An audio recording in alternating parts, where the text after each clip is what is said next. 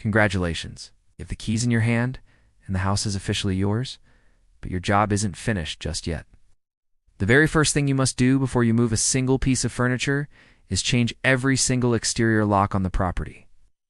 In 2026, you have no idea how many previous owners, contractors, or real estate agents still have a digital or physical key to your front door. Second, you need to locate your main water shutoff valve and your electrical breaker box before an emergency actually happens. In the excitement of moving, it is easy to forget to file for your homestead exemption with the local tax office, which can save you thousands in property taxes. You should also take high-resolution photos of every room while the house is completely empty to document the baseline condition for your insurance. Oh. Don't wait until the first big rainstorm to realize your gutters are clogged. Spend 30 minutes walking the perimeter to check for drainage issues.